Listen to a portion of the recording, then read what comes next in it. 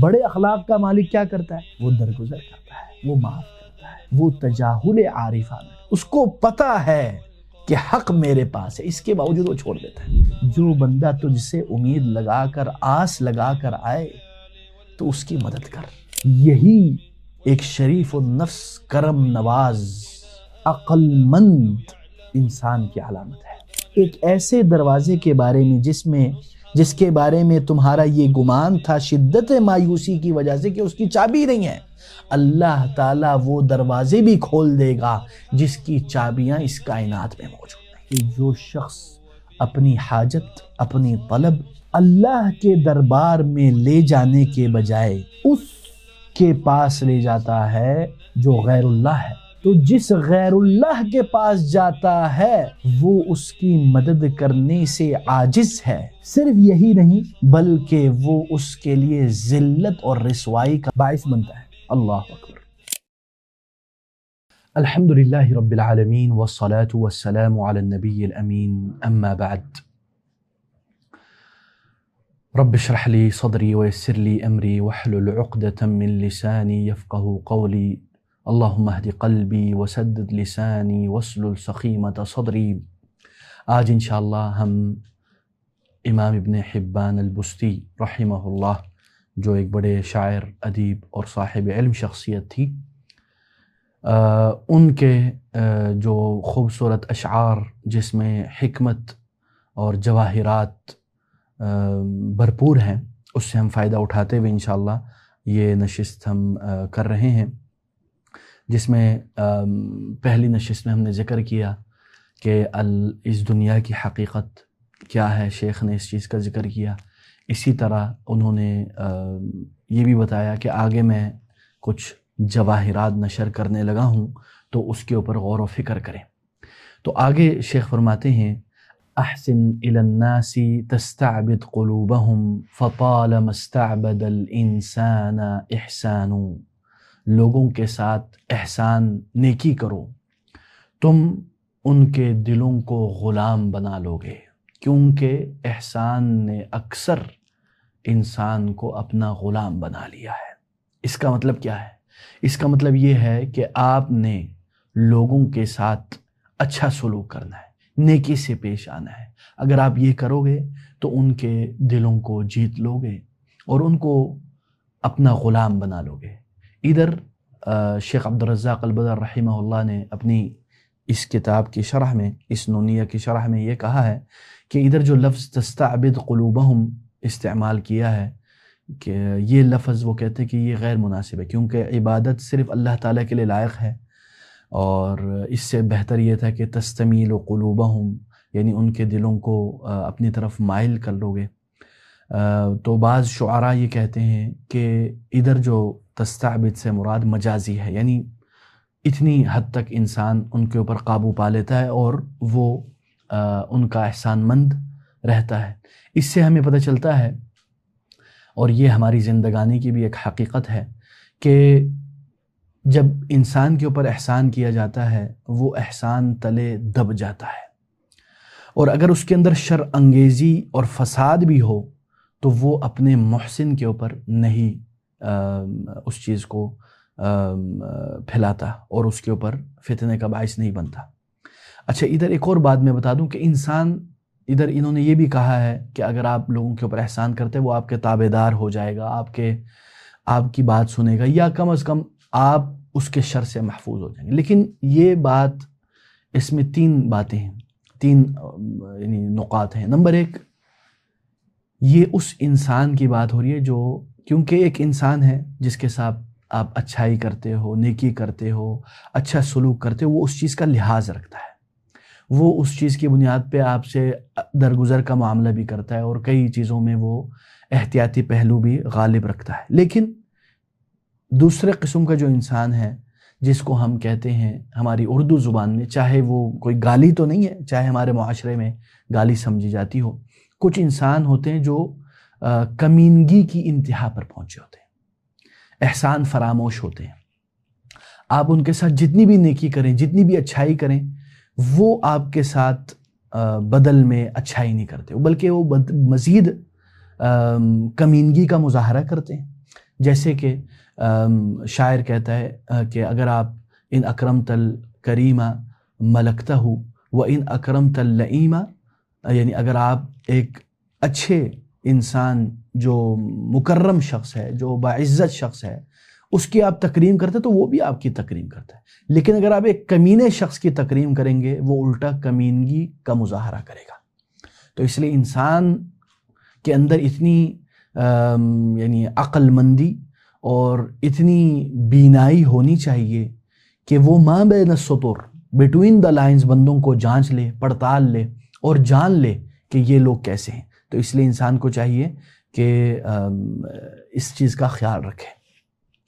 تو جو اس شعر کا جو بنیادی پیغام ہے وہ یہ ہے کہ آپ نے احسان کرنا ہے، نیکی کرنی ہے، محبت اور وفاداری کا مظاہرہ کرنا ہے، اور اس بنیاد پہ جب آپ یہ کریں گے تو آپ کو بدل میں یہی چیز یا اس سے بہتر چیز ملیں گی۔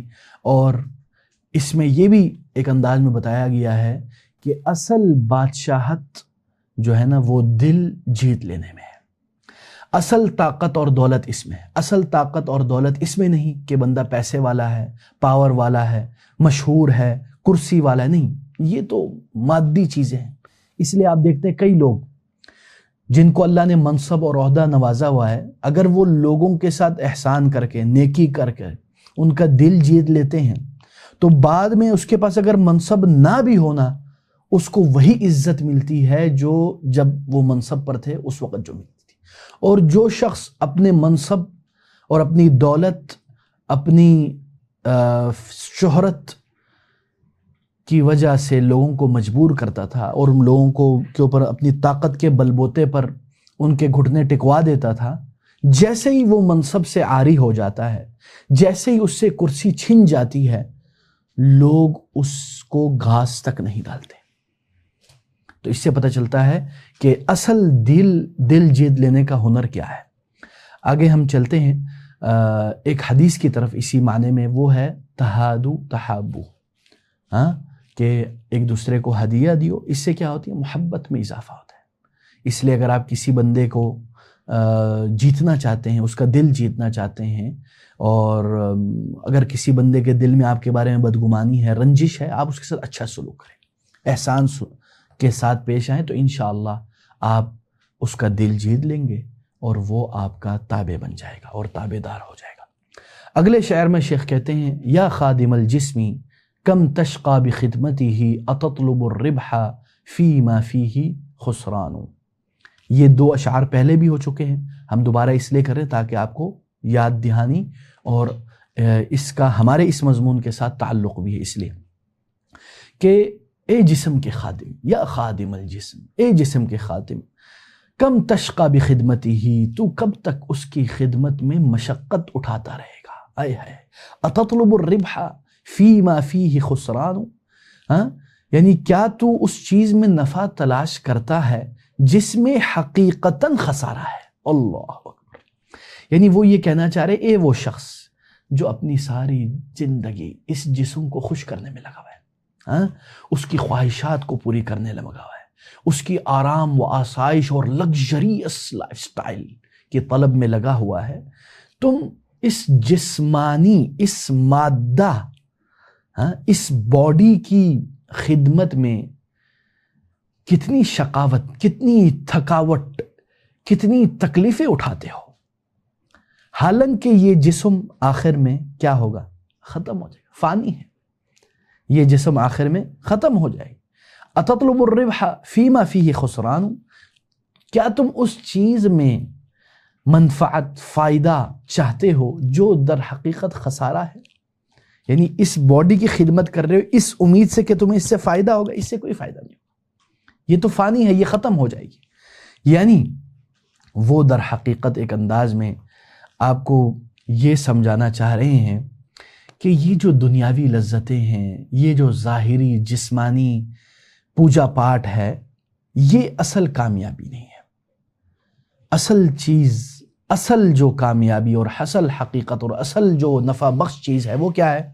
وہ ہے روحانی اور اخروی کامیابی، روحانی ارتقاء، قلبی ارتقاء۔ ٹھیک ہے جی، یہاں جسم کی خدمت سے مراد کھانا پینا اور نفسیاتی خواہشات کی تکمیل کرنا، یہ مراد ہے، بغیر روحانی غذا کے۔ اس کے بارے میں پچھلے اشعار میں بھی ذکر کر چکا ہوں، اور اس شعر میں اس چیز کی طرف بھی اشارہ ہے کہ جو جسم ہے یہ فانی ہے، اور جو روح ہے اور آخرت ہے وہ لا فانی ہے۔ تو اس لیے ایک حدیث میں بھی ہے، جیسے کہ رسول اللہ صلی اللہ علیہ وسلم کیا فرماتے ہیں، الکیس من دان نفسہ وعمل لما بعد الموت۔ الکیس عقل مند وہ ہے، الکیس من دان نفسہ، جو اپنے آپ کو بچا لے، وعمل لما بعد الموت، اور مرنے کے بعد جو زندگانی حقیقی ہے اس کے لیے وہ عمل کرتا ہے۔ یعنی حقیقی عمل آپ نے اس زندگانی کے لیے کرنا ہے جو یہ جسم ختم ہو جانے کے بعد شروع ہوگی۔ ٹھیک ہے جی، تو اس شعر کا جو بنیادی پیغام ہے وہ یہ ہے کہ یہ جو دنیا پرستی اور جسم پرستی میں مگن رہنا اور روحانی، اخلاقی اور دینی ایمانی تربیت اور ترقی کو نظر انداز کرنا در حقیقت ایک خسارے کا سودا ہے۔ اللہ اکبر۔ اللہ تعالی ہمارے اندر عقل سلیم پیدا کر دے۔ پھر وہ کہتے ہیں اقبل علی النفس واستکمل فضائلها، اپنے نفس، اپنی روح کی طرف متوجہ ہو جاؤ، واستکمل فضائلها، اس کی خوبیوں کو مکمل کرو، اس کے فضائل، اس کے بہترین چیزوں کو تم مکمل کرنے کی کوشش کرو۔ فَأَنْتَ بِالنَّفْسِ لَا بِالْجِسْمِ إِنسَانُ، اے ہے، کیونکہ تو نفس کی وجہ سے انسان ہے، جسم کی وجہ سے نہیں، کیونکہ تو نفس، روح، ایمان کی وجہ سے انسان ہے۔ اگر وہ نہیں تو کیا ہے؟ تو کچھ بھی نہیں ہے۔ جسم کیا چیز ہے؟ جب روح نکل جاتی ہے تو جسم کی کوئی قیمت نہیں رہتی، جسم ختم ہو جاتا ہے۔ یعنی وہ یہ کہہ رہے ہیں کہ تم ان ظاہری حلیے کے اوپر فوکس کرنے کے بجائے باطنی قلب اور ایمان کے اوپر فوکس کرو، اور اس کے اندر جو اچھی خوبیاں اور صفات ہیں اس کو بہتر کرنے کی کوشش کرو، یعنی تقوی، للہیت، اخلاق فاضلہ، ان کو بہتر کرنے کی کوشش کرو، کیونکہ یہی تمہیں انسان حقیقی بناتی ہے۔ اس کے بغیر جو انسان اخلاق سے عاری ہو، ایمان اور روح کی زندگانی سے ناپید ہو اور خالی ہو، وہ انسان کہلانے کے لائق نہیں ہے، یہ یاد رکھیں۔ ٹھیک ہے جی، یعنی یہ شعر پچھلے شعر کا ایک انداز میں آپ کہہ سکتے سولوشن ہے، حل بتا رہا ہے۔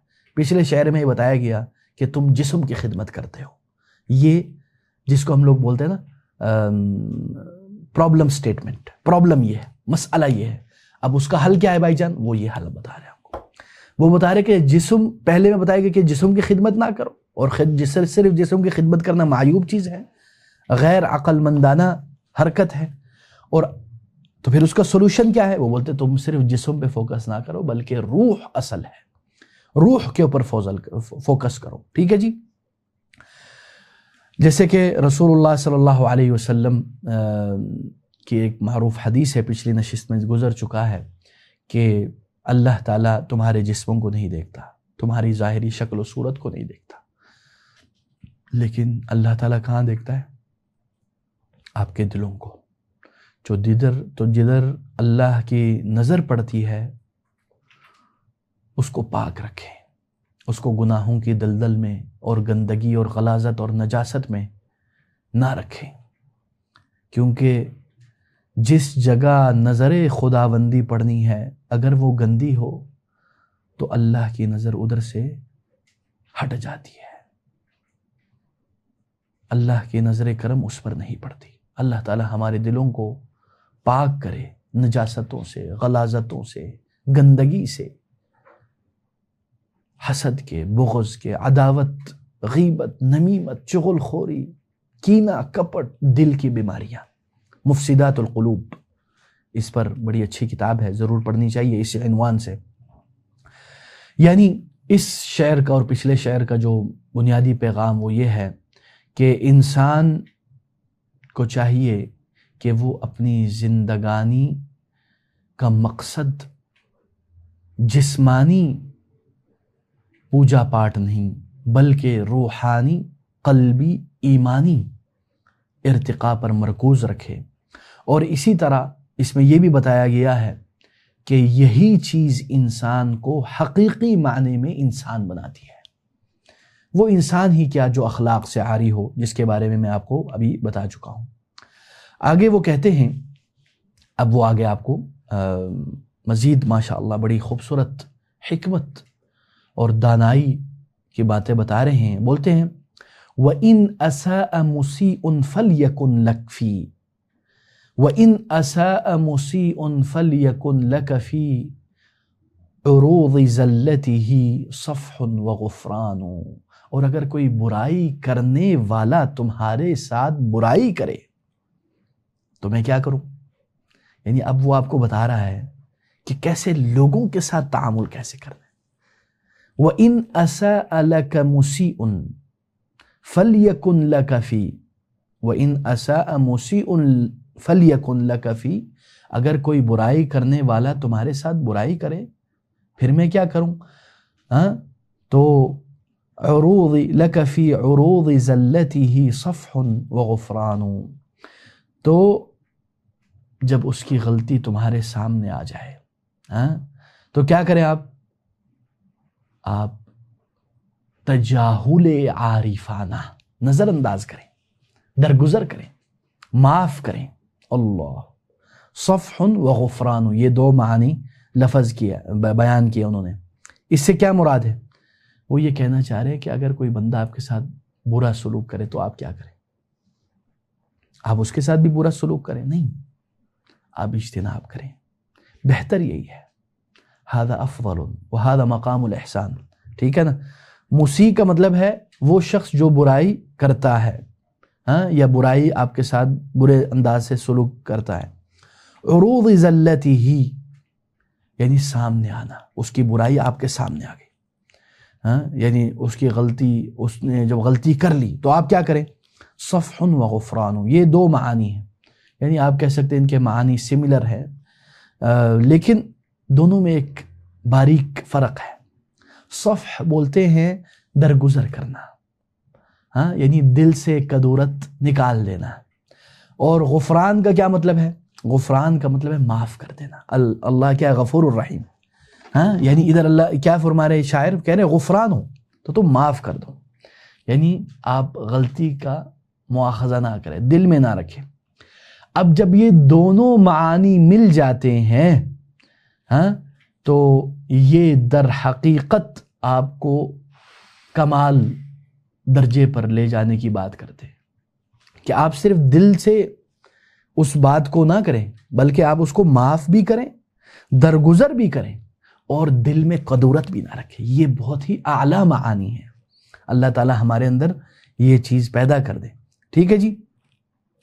جیسے کہ اللہ تعالیٰ نے بھی قرآن میں کئی جگہ اس چیز کا ذکر کیا ہے کہ وَالْكَاظِمِينَ الْغَيْظَ وَالْعَافِينَ عَنِ النَّاسِ، جو اپنے غصے کو پی لیتے ہیں، یا کظم بولتے کسی چیز کو زور سے دبا کے بند کر دینا، اپنے غصے کو، وہ ہم اگر اردو محاورتاً کہے تو وہ غصہ پی لیتے، وَالْعَافِينَ عَنِ النَّاسِ، اور وہ معاف کر دیتے۔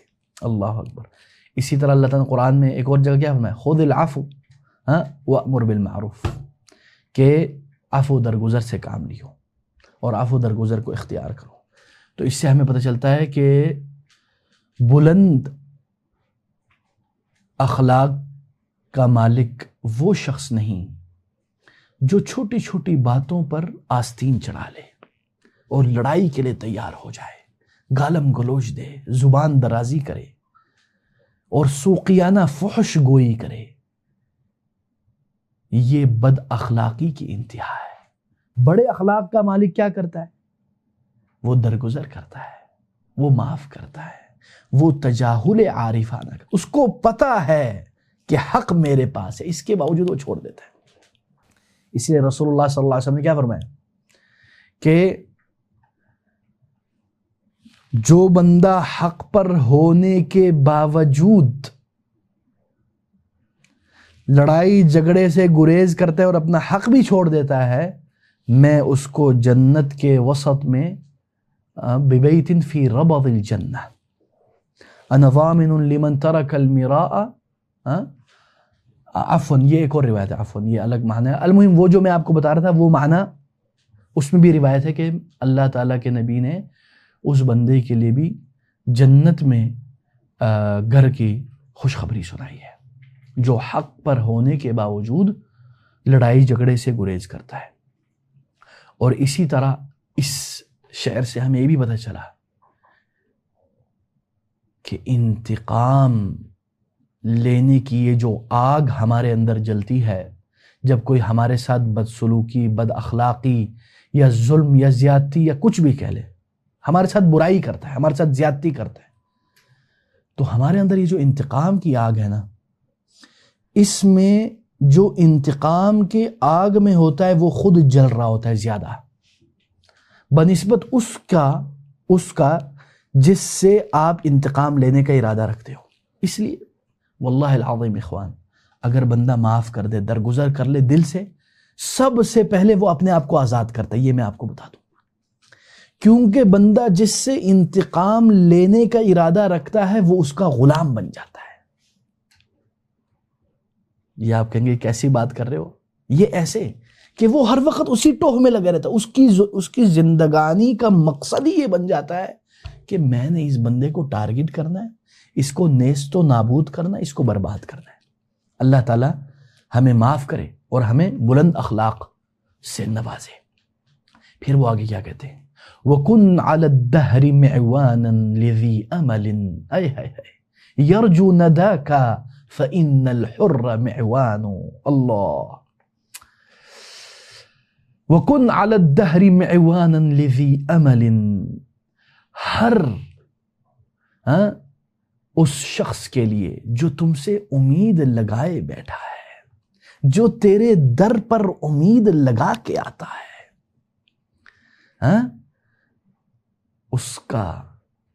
اس کے مددگار بنو زمانے بھر، ہمیشہ کے لیے۔ جب بھی کوئی بندہ آپ کے دربار میں آپ کے پاس آئے اس امید سے، اس آس سے کہ یہ ضرور مجھے کچھ دے گا، تو اس کی مدد کرو۔ اللہ اکبر۔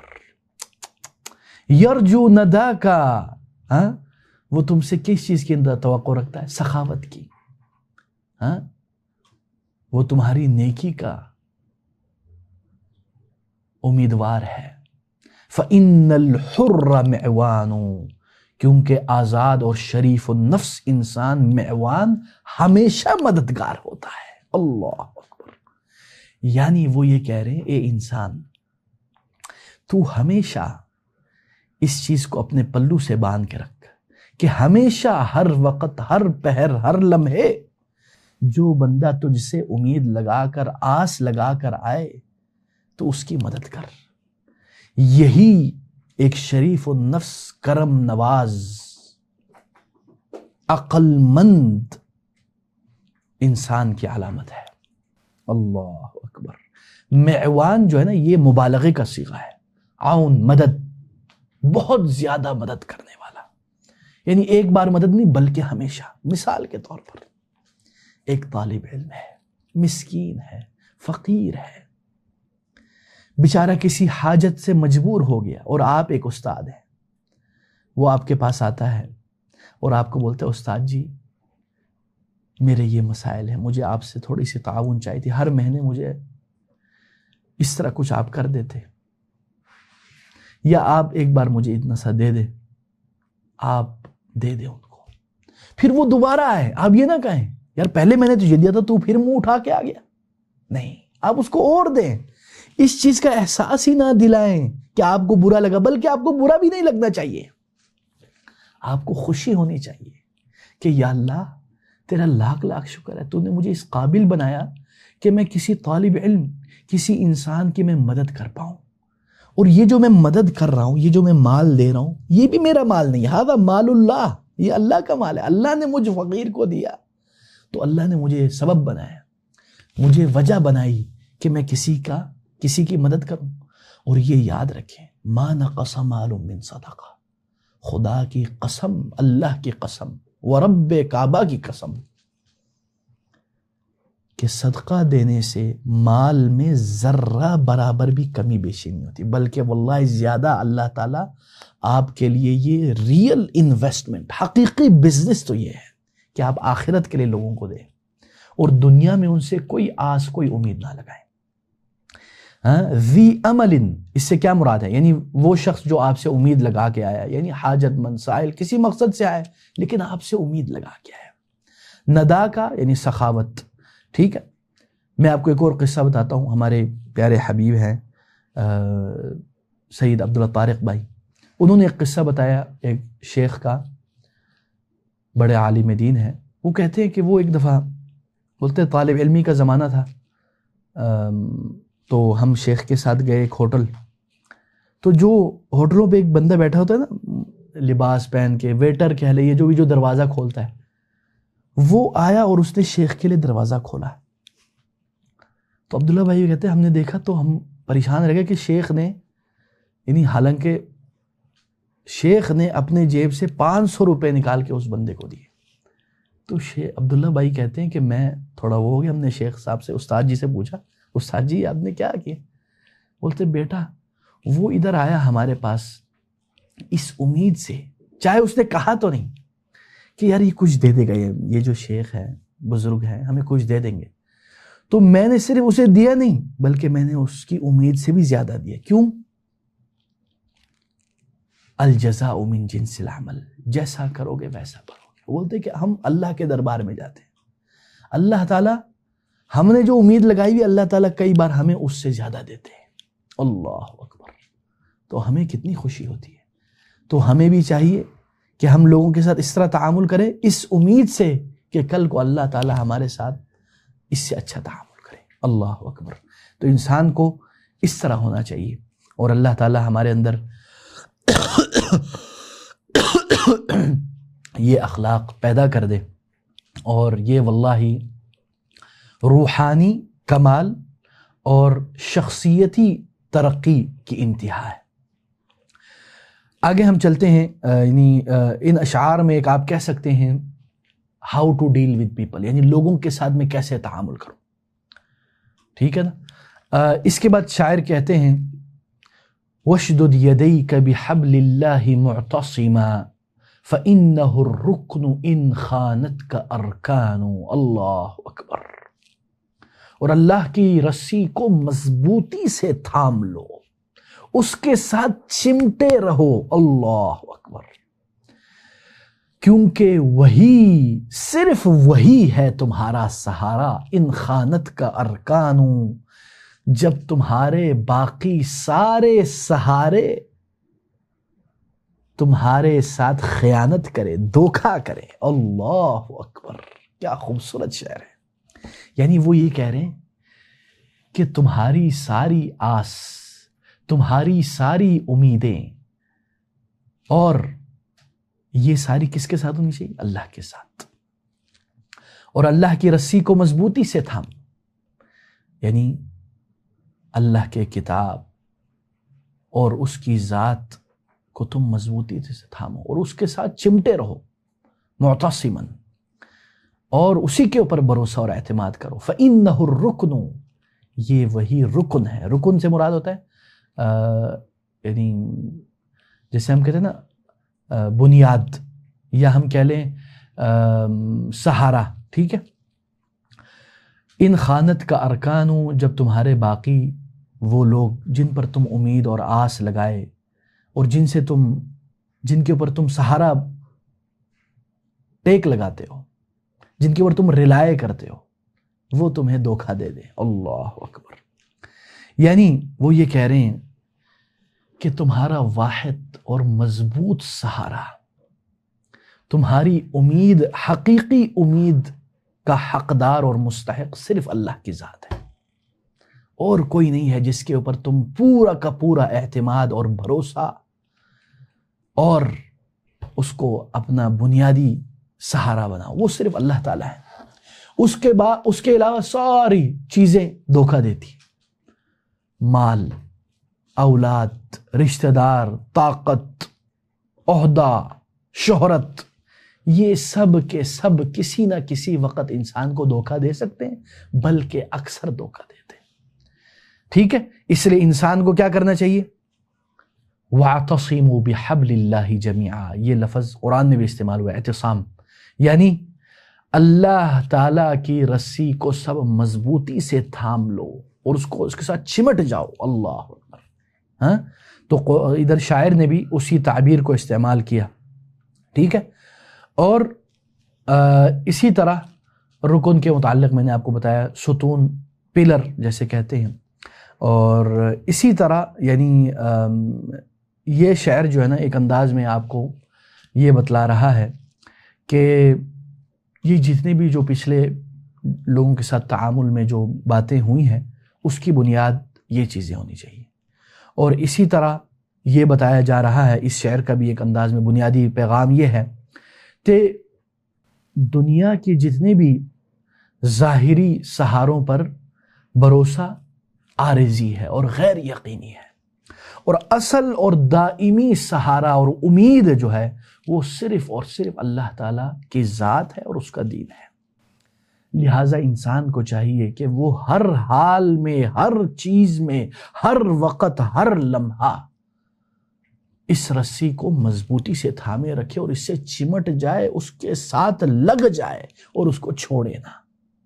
اور جب جب انسان اس رسی کو چھوڑتا ہے وہ گر جاتا ہے، وہ ختم ہو جاتا ہے، وہ نیست و نابود ہو جاتا ہے. من یتق اللہ یحمد فی عواقبہ ویکفہ شر من عز ومن ہان. جو بندہ، جو شخص تقوی پرہیزگاری کو اختیار کرتا ہے، یحمد فی عواقبہ، وہ اس کے انجام کو دیکھ کر اس کا جو انجام ہے وہ قابل تعریف ہوگا.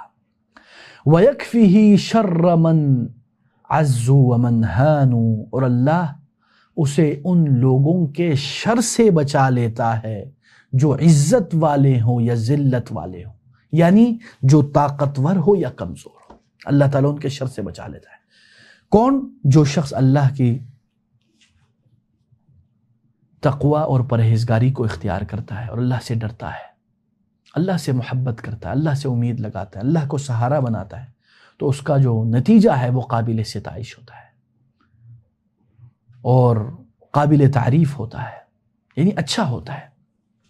اور اللہ تعالیٰ اس کو لوگوں کے ہر قسم کے شر سے بچا لیتا ہے، چاہے وہ لوگ کمزور ہوں یا طاقتور ہوں، کیونکہ طاقتوروں کا شر اپنے قسم کا ہوتا ہے، اپنے لیول کا ہوتا ہے، اور کمزوروں کا بھی شر، اس کی بھی شر انگیزی ہوتی ہے اور بلا کی ہوتی ہے، دونوں کی ہوتی ہے، دونوں میں فتنے ہیں.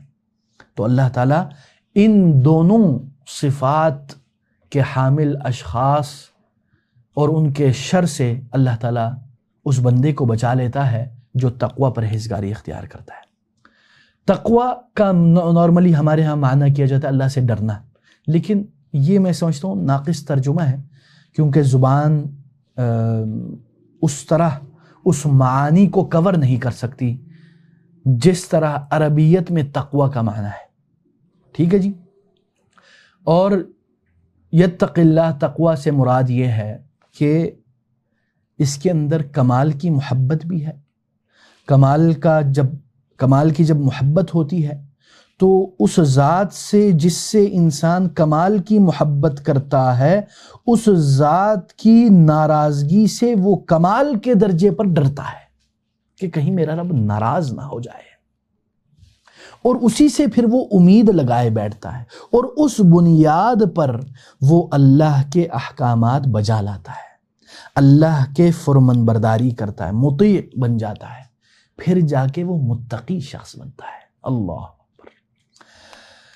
اور اس کے بعد یعنی شاعر اس شعر میں ایک انداز میں اس آیت کی طرف بھی اشارہ کر رہا ہے. اگر آپ قرآن میں دیکھیں، اللہ تعالیٰ نے قرآن میں کئی جگہ فرمایا وَمَن يَتَّقِ اللَّهَ يَجْعَلْ لَهُ مَخْرَجًا، جو تقوی پرہیزگاری اختیار کرتا ہے اللہ تعالیٰ اس کے لیے کیا کرتا ہے؟ اس کے لیے ایگزٹ پلان بناتا ہے.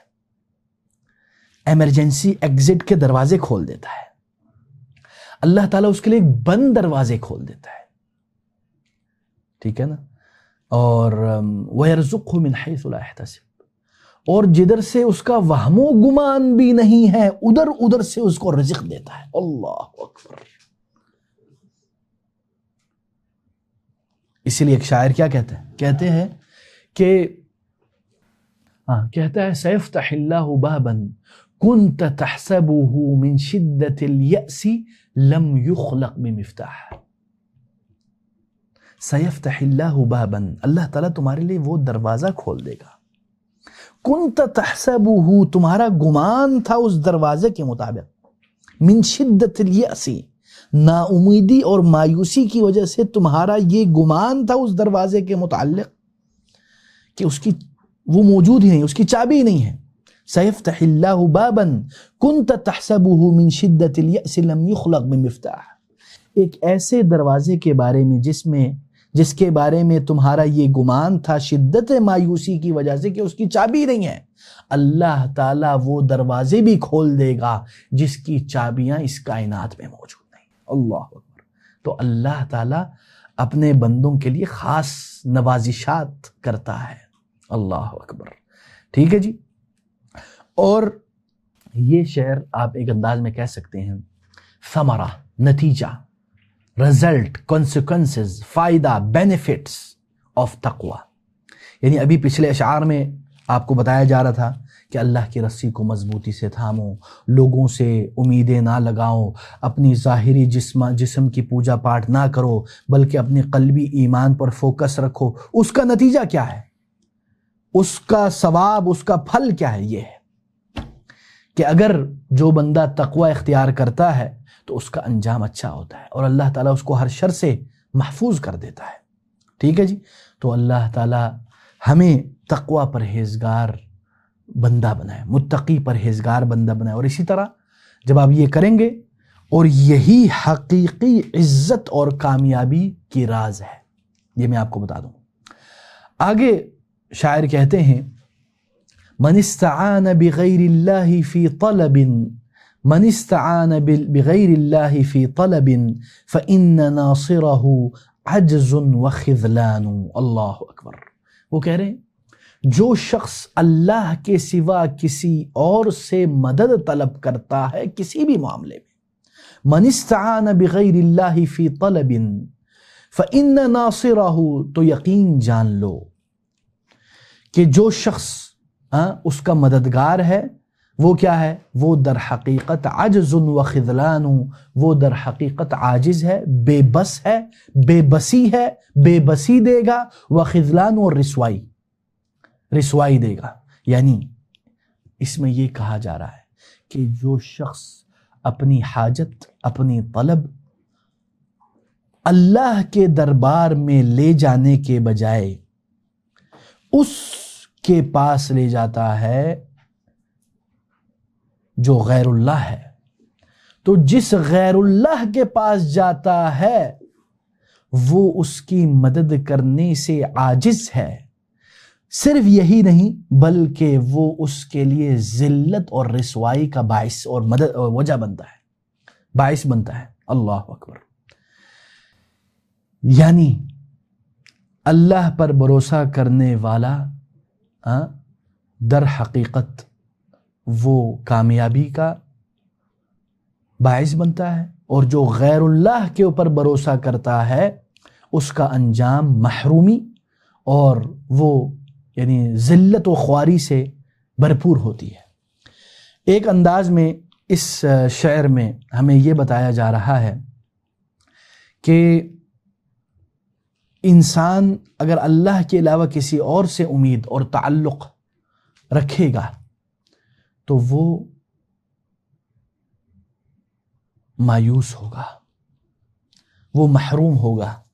اسی لیے اللہ تعالیٰ نے قرآن میں کیا فرمایا توکل کے متعلق، وَمَن يَتَوَكَّلْ عَلَى اللَّهِ فَهُوَ حَسْبُهُ، جو اللہ کے اوپر توکل کرتا ہے اللہ اس کے لیے کافی ہے. اللہ اکبر. الیس اللہ بکاف عبدہ، کیا اللہ تمہارے لیے کافی نہیں؟ اللہ کافی ہے. لیکن ہم ناشکرے لوگ، ظلوم جہول، ہم ظلوم لوگ ہیں، ہم جاہل لوگ ہیں، ہم ظالم لوگ ہیں، کم علم لوگ ہیں، کم فہم لوگ ہیں، بے وقوف ہیں کہ اللہ سے امید، اللہ کے اوپر بھروسہ، اللہ سے مانگنے کے بجائے ہم غیر اللہ سے مانگتے ہیں۔ اللہ تعالی ہماری امیدیں اپنی طرف متوجہ کروائے، اللہ تعالی ہماری امیدوں کا مرکز اللہ کو بنائے، اور غیر اللہ سے ہماری امیدیں یا اللہ ہٹوا دے، یا اللہ اس دل کو اپنا بنا لے۔ اللہ اکبر۔ جس نے اللہ کو پا لیا اس کو اور کیا چاہیے۔ اسی لیے ایک اور جو حدیث ہے کہ من تعلق بشیء وکل الیہ، جو اللہ کے علاوہ کسی اور پر امید لگاتا ہے وہ اسی کے حوالے کر دیا جاتا ہے۔ اللہ اکبر۔ اسی لیے امام ابن قیم رحمہ اللہ نے اس چیز کی طرف بھی اشارہ کیا ہے جس کو ہم بولتے ہیں شرک فی المحبہ، محبت میں شرک، یعنی جو محبت کا کمال درجہ اللہ کے ساتھ ہونا چاہیے اگر انسان وہ کسی اور کے ساتھ کرے تو یہ شرک فی المحبہ ہے۔ ومن الناس اشد حبا للہ، یعنی ایک آیت ہے ابھی میرے ذہن میں نہیں آ رہی، من یحبون کا حب اللہ۔ المہم اس آیت کا مفہوم یہ ہے کہ کچھ لوگ ہیں جو لوگوں سے اس طرح محبت کرتے ہیں جس طرح اللہ کے ساتھ کرنی چاہیے۔ اب کچھ لوگ آج کل خاص کر نوجوان وہ ایک انسان کے ساتھ ایسا تعلق، ایسا محبت، ایسی امید لگائے بیٹھ جاتے ہیں جو صرف اللہ کے ساتھ ہونی چاہیے۔ پھر کیا ہوتا ہے؟ اکثر ایسے لوگ محروم ہوتے ہیں اور ذلت اور رسوائی کا سامنا کرتے ہیں اور ناکامیاب رہتے ہیں اپنی اس محبت میں۔ امام شافعی اور امام ابن قیم دونوں نے اس طرف اشارہ کیا ہے کہ اللہ کی غیرت گوارا نہیں کرتی کہ کوئی مخلوق کسی اور مخلوق کے ساتھ اس انتہا درجے کی محبت کرے جو اللہ کے ساتھ ہونی چاہیے، تو اس کے نتیجے میں اللہ کی غیرت اور اللہ کی جلالت اس بات کا تقاضا کرتی ہے کہ وہ دونوں الگ ہو جاتے ہیں، امیدیں ٹوٹ جاتی ہیں، دل ٹوٹ جاتے ہیں۔ کیوں؟ تاکہ وہ واپس اس وحدہ لا شریک کی طرف جا سکیں جو حقیقی کمال درجے کے محبت کے لائق ہے۔ اللہ تعالی ہماری امیدوں کا مرکز اللہ ہی کو بنائے۔ واللہ جس انسان کی امیدیں اللہ کے ساتھ وابستہ ہوں اور اللہ اس کی آنکھوں کا ٹھنڈک بن جائے، اس کو بے فکر ہو جانا چاہیے، اور وہ بے فکر ہوتا ہے۔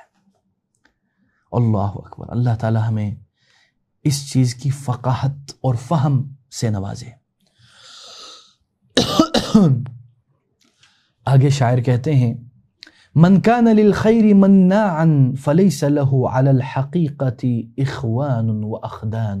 اے جو شخص بلائی اور خیر سے روکنے والا ہو، یعنی بخیل ہو، کنجوس ہو، انتہا درجے کا، مناعن میں شدت ہے، مبالغہ ہے، ایسے طریقے سے روکتا ہے، فلیس له علی الحقیقت، تو حقیقت میں یعنی ان ریئلٹی، فلیس له علی الحقیقت اخوان واخدان، تو در حقیقت ان ریئلٹی اس کا حقیقی دوست یا بھائی یا رشتہ دار اس کے ساتھ نہیں ہوتا۔ یعنی یہ کہا جا رہا ہے جو شخص نیکی، بلائی اور سخاوت سے رکا رہے گا یعنی بخیلی کنجوسی کا مظاہرہ کرے گا اور تنگ دلی سے لبریز ہوگا، دوسروں کو فائدہ پہنچانے سے گریز کرے گا، تو وہ حقیقت میں اس شخص کا کوئی سچا بھائی، دوست اور ساتھی نہیں ہوتا۔ یعنی اس میں کہا جا رہا ہے کہ اگر بظاہر اس انسان کے دوست ظاہراً نظر بھی آ رہے ہوں، لیکن حقیقی معنوں میں وہ دوستی خالص اور حقیقی نہیں ہوگی۔ کیوں؟ کیونکہ وہ نیکی روکنے کی بنیاد پر قائم ہے۔ وَمَا بُنِيَ عَلَى بَاطِلٍ فَهُوَ بَاطِلٌ، اور جو چیز باطل کی بنیاد پہ کھڑی ہو وہ خود بھی باطل ہو جاتی ہے اور گر جاتی ہے، نیست و نابود ہو جاتی ہے۔ اللہ اکبر۔ ادھر منعن کا صیغہ استعمال کیا، یعنی مبالغہ ہے، ٹھیک ہے، یعنی منع روکنے کو کہتے ہیں، یعنی بہت زیادہ روکنے والا، یعنی وہ شخص خیر اور نیکی اور بلائی کو شدت سے روکتا ہے، یعنی نہایت بخیل اور تنگ دل انسان ہے۔ مثال کے طور پر کوئی بندہ لوگوں کی مدد کر، بولتے دیکھو یار کتنا پاگل آدمی، کیوں پھر وہ جا کے اس کو روکتا بھی ہے، بولتے تم بیوقوف ہو، کیوں کھلا رہے ہو ان لوگوں کو، کیوں ان کی مدد کر رہے ہو، آرام سے بیٹھو۔ یہ نہیں کہ وہ صرف خود رکتا ہے، دوسروں کو بھی روکتا ہے، اللہ بچائے، ٹھیک ہے جی۔ اخوان اور اخدان، یہ یعنی آپ کہہ سکتے ہیں اس میں سملر میننگز ہے لیکن اس کے معنی مختلف ہیں۔ اخوان آپ کو پتہ ہے بھائی کو کہتے ہیں، ٹھیک ہے، اور ادھر ہو سکتا ہے بھی معنی دوست بھی استعمال کیا جاتا ہے عربی میں۔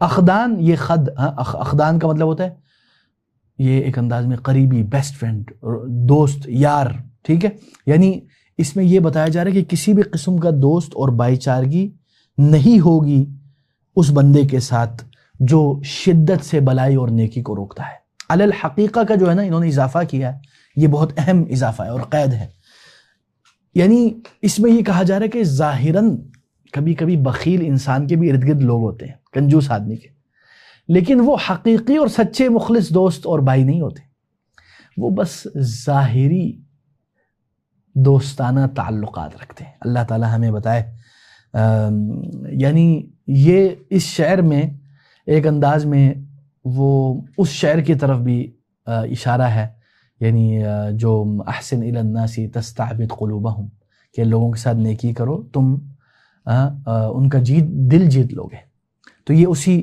طرف اشارہ ہے کہ حقیقی چیز کیا ہے اور دل جیتنے اور محبت کا باعث کیا ہے۔ تو اللہ تعالیٰ ہمارے اندر یہ خیر سے روکنے کی روش ختم کر دے، اور اللہ تعالیٰ ہمیں، جیسے کہ وہ ہے نا ایک دعا کہ اللہم اجعلہ مفتاحا للخیر ومغلاقا للشر، اے اللہ مجھے خیر کا دروازہ بنا اور مجھے وہ بنا جو شر کے دروازے کو بند کر دیتا ہے، ٹھیک ہے نا۔ تو اللہ تعالیٰ آپ کو خیر کی چابی بنائے، خیر کا دروازہ بنائے اور شر کو روکنے والا بنائے۔ اور اسی طرح آگے شاعر کہتا ہے من جاد بالمال مال الناس قاطبة الیہ والمال للانسان فتان، جو شخص مال کے ساتھ سخاوت کرتا ہے تمام لوگ اس کی طرف مائل ہو جاتے ہیں۔ والمال للانسان فتان، اور مال انسان کے لیے در حقیقت ایک بہت بڑی آزمائش ہے، فتنہ ہے۔ انشاءاللہ ان اشعار پر ہم اگلی نشست میں بات کریں گے۔ بارک اللہ فیکم، جزاکم اللہ خیر۔